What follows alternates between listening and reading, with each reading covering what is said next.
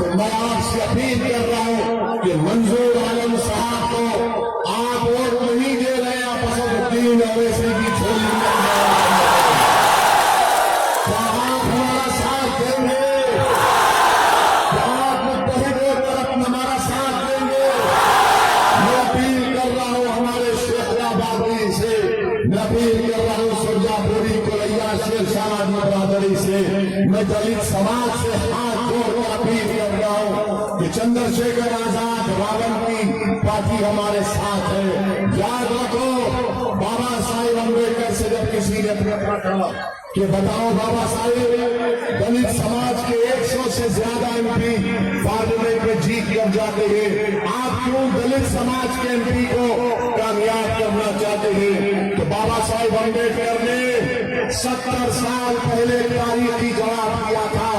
सुन लो नौरिया की जनता, बाबा साहेब अम्बेडकर ने कहा कि दलित समाज के 100 से ज्यादा एमपी को आरक्षण मिलता है पार्लियामेंट में, मगर वो अपना मुंह नहीं खोलते। कब खोलते अपना मुंह? जब उनको अंगड़ाई लेना।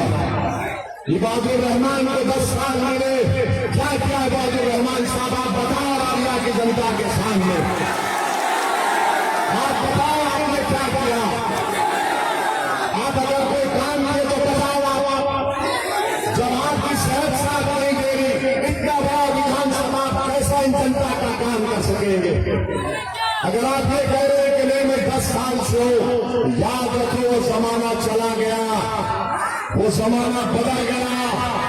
ये नौजवान तारीख में तुमने जो झूठ बोला था उसको होने करने को तैयार नहीं।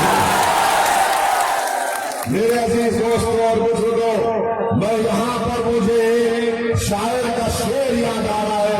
मैं अपनी बात वो कहकर यहाँ से रुखसत हो जाऊंगा। किसी शायर ने बड़ा अच्छा कहा था, नरेंद्र मोदी के बारे में कहा था,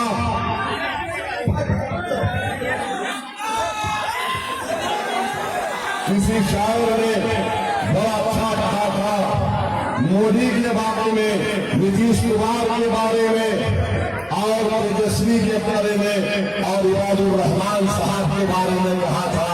सुन लो उस शायर ने क्या कहा था, मैं आपके सामने बताना चाहूंगा।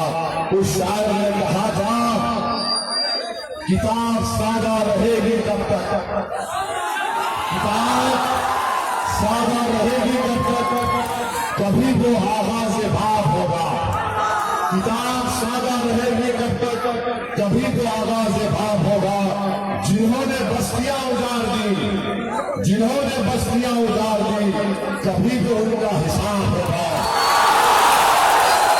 वो दिन गए जब हम हर सितम को, वो दिन गए जब हम हर सितम को अदाए महबूब कह के चुप थे।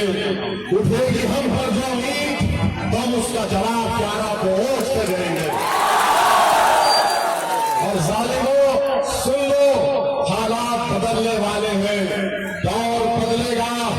यकीनन इंशाअल्लाह सीमांचल में आपकी आवाज कामयाब होगी, यकीनन आपकी आवाज कामयाब होगी। मैं जेडीयू के मोहतरमा से कह रहा हूं, आप जाकर नीतीश कुमार और मोदी से कह दो, जो अपने आप को वक्ता फिरौन और यजीद समझते हैं। मैं कहना चाहूंगा इबादुर रहमान साहब से कि जाकर आप अपने बड़े बड़े दिल्ली के नेताओं से कह दो, जो अपने आप को फिरौन समझते हैं, अगर तुम फिरौन हो तो याद रखो मूसा आएगा। अगर तुम फिरौन हो तो मूसा आएगा।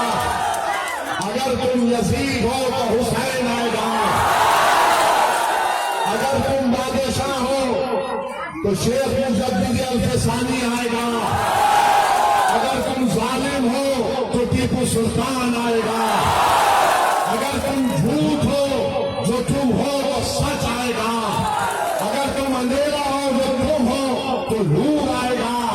अगर तुम बातिल हो, जो हो तो हक आएगा।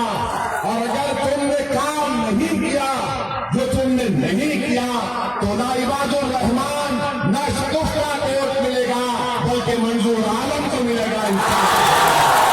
तो 12 तारीख को पतंग छाप को वोट देंगे। सीमा सीमांचल को कामयाब करेंगे।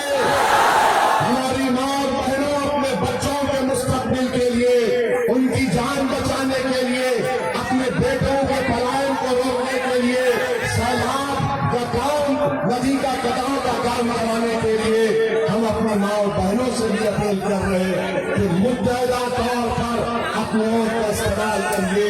11 तारीख को मोदी को पैगाम दीजिए कि तुमने ऐसा कानून बनाया जो हमारी मस्जिद दरगाह खानका को छीनना चाहती है, और अगर कोई इनकार करता है तो बता दो वक्त मैं आने को तैयार हूं। तुम मेरे सामने 5 मिनट बैठकर बहस नहीं करता है। तो मेरे अजीज दोस्तों और बुजुर्गों, लगाइए हमारे साथ नारा सीमांचल जिंदाबाद, मुस्लिम हिंदू एकता जिंदाबाद, फुलरिया जिंदाबाद, शेरशाहवादी जिंदाबाद, शेखरा जिंदाबाद, शेखरा जिंदाबाद, दलित समाज जिंदाबाद, मंसूरी दुनिया जिंदाबाद, नारायण कुंजरा जिंदाबाद, गरीब मजदूर किसान जिंदाबाद, मीर कुरैशी हजान धोबी जिंदाबाद, अररिया की जनता जिंदाबाद। कदम छाप, कदम छाप, हमारा इतिहास, हमारा इतिहास। नारे तकबीर, नारे तकबीर। क्या हम इस उम्मीद पे जाएंगे 11 तारीख को पूरा जितने लोग यहाँ पर हैं, जहां तक अल्लाह हमारी आवाज को आपके कान और दिल तक पहुंचाना है, पूरा अररिया एक होकर मंजूरान को देगा। तो आप अल्लाह कामयाब करे, सीमांचल की लड़ाई जारी रहेगी। और अब के बाद मजलिस ने कह दिया कि उप मुख्यमंत्री की लड़ाई नहीं है, मुख्यमंत्री की लड़ाई होगी। सीमांचल का बेटा, सीमांचल का बेटा इंशाअल्लाह मुख्यमंत्री बनेगा और सीमांचल से इंसाफ होगा। शुक्रिया बहुत बहुत।